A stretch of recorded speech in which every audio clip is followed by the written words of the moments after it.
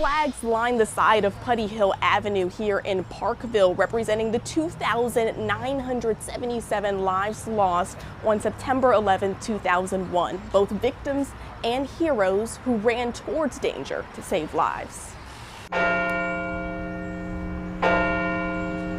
Ringing a bell 424 times.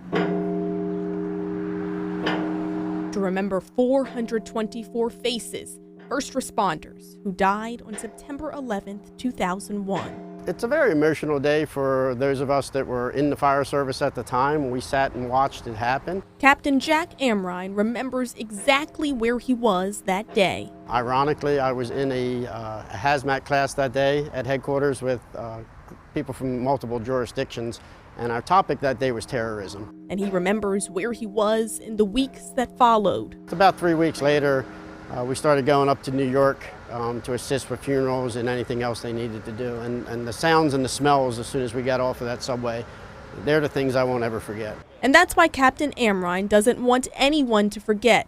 That's why he says events like this bell tolling ceremony are so important. Chuck Ritz is the founder of the Hope and Peace Foundation. He organized this event that brought firefighters and police officers together to honor their fellow first responders. And he organizes several other 9/11 remembrance events here in Maryland. We made a promise after 9/11, and we're keeping that promise, and it's my purpose and mission now to make sure we never forget, and also to try to educate the younger generation that weren't even born or were too young to remember 9/11.